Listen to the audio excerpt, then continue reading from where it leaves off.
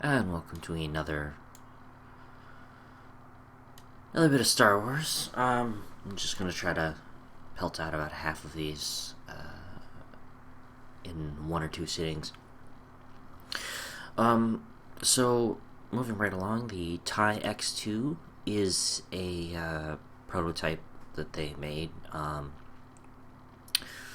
Very basic twin ion engines. It was introduced the year that the Battle for Yavin was.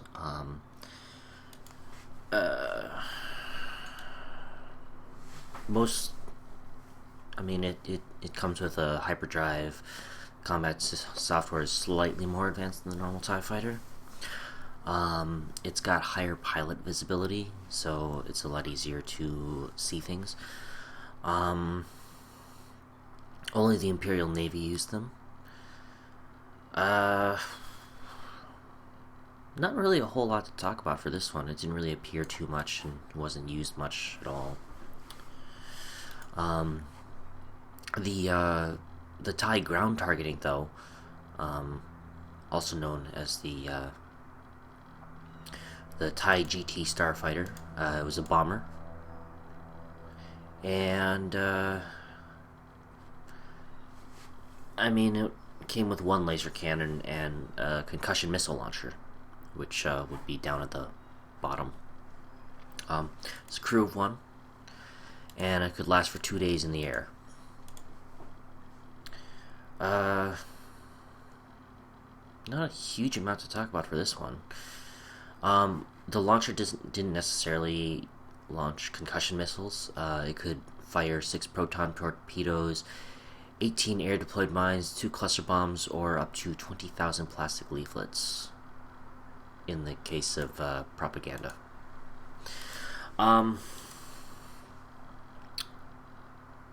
Let's see here.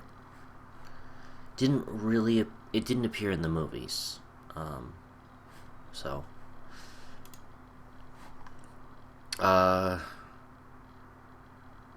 there's a so for the TIE Heavy Bomber, which did not appear in the movies, I might add, which you probably noticed.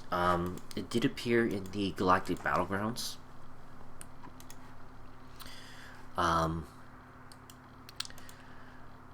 However, there's not a lot of specifications on it. We know that it runs the SFS twin ion engines, but other than that, we're kind of in the dark about it. It did appear in the Rebellion area. We assume it has twice the armament capabilities of the classic TIE bomber. We think.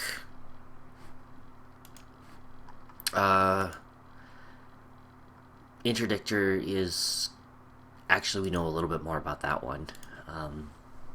It does also come with the twin ion engines. It does come with shielding. It comes with enhanced scopes. Its armaments are actually really interesting. It's got a linked light laser cannon and twin linked ordnance launchers, which can come with either 12 concussion missiles or 12 proton torpedoes.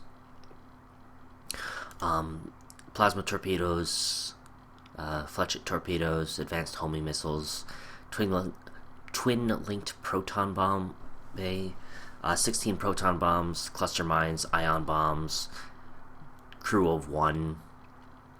Also appeared during the Rebellion era. Only appeared again in the Star Wars Galactic Battlegrounds. It's also known as the Advanced TIE Bomber. And it's also known as the TIE Punisher. It wasn't used a whole lot. It kind of fell out of favor around about 6 ABY, which is, again, after Battle of Yavin. It did appear in Cloud City. But not a very well-used system. The ship was quite expensive, so they didn't use it very much. The Scimitar, or Yeah, the scimitars. It's there's not a lot of specifications on this thing, so I'm probably not going to get into that one too much. Um, and then there's the boarding the TIE boarding craft, which, I mean, it's quite similar to the TIE shuttle, um, but this was more of a prototype style one. Um, this was modified from the TIE bomber as opposed to the TIE shuttle, which was basically modified off of the TIE boarding craft. Same basic ideas. This one appeared not in any of the movies. I'm also going to talk about the TIE trainer shuttle and the TIE bomber trainer. Those are just they were used for training stormtroopers, so I won't really get into those too much. But this is a good time to talk about, since we're only at 6 minutes, this is a good time to talk about uglies. Uglies are starfighters that are a combination of multiple parts. There aren't a huge amount of uglies that appear, but it seems like a good time to talk about them since I've got the time. The TYE wing was a composite starfighter. It's a TIE fighter cockpit with a Y-wings engines. Yeah, I'm sure you can probably imagine what that would look like. Little teeny cockpit and two really large Y-wing Conseil R200 ion jet engines. Very strange looking. There's the Y-TIE, which uses a Y-wing cockpit with a TIE fighter's wings in the back. And actually a lot of the TIE fighter's components, like the twin ion engines. But its armaments are almost exclusively Y-wing. So you've got like the dual SFS LS1 laser cannon turret, which appears on the TIE fighters. But then you also have the Time and Buck IX-4 laser cannons and the proton torpedoes. It's pretty darn ugly. The X-TIE, well, it's an X-wing with its wings replaced with the TIE fighter's wings. So it looks kind of like, well, something that I'm not going to say on here. It looks pretty bad.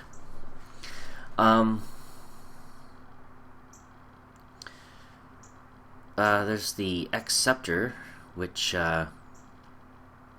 combines TIE interceptors with T-65 X-wings. It's strange looking. The X-wings S-foils were replaced with TIE interceptor solar panels. So its performance was worse than both the X-wing and the interceptor.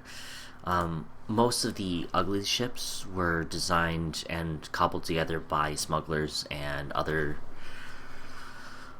mechanics who were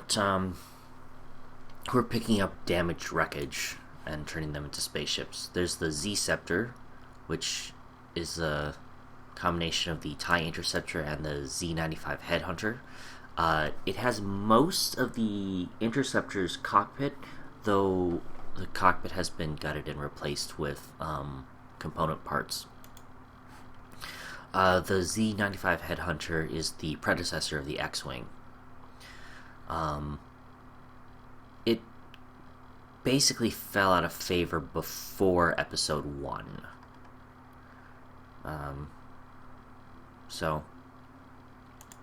But a few of them still appeared occasionally, even going so far as 7 ABY. But yeah, I mean, they eventually, their system was designed and modified and altered and eventually turned into the X-Wings. But yeah, the Sea Scepter is a rather ugly ship. There's the Corellian B-Wing Ugly, also known as the C-Wing Ugly. It uses the Corellian YT series light freighter, and a B-Wing starfighter. Now, if you've ever seen a B-Wing fighter, it looks kind of like a big ol' X with 2 short wings and 1 long wing, and then the cockpit is on the 4th wing.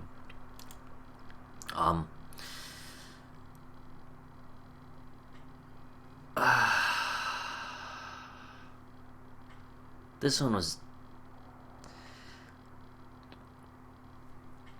It wasn't exactly well designed. It did come with anti-infantry turbo lasers, light ion cannons, proton torpedoes, but it just wasn't very good. I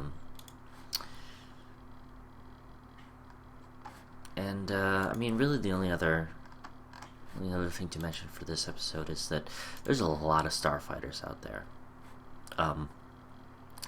Some of them are efficient, some of them are not efficient, some of them you'd recognize, some of them you won't recognize. And honestly, I prefer talking about the ones that you don't recognize, because the ones that show up in the movie are all pretty standard. The movies have always tended to play it safe. They've only had a couple kinds of TIE fighters. Mostly they will use they use the TIE shuttle occasionally. They used the TIE ground targeting. You'd see the TIE bomber, and the TIE interceptor, and the classic TIE fighter. That's pretty much it for the Empire's personal crafts.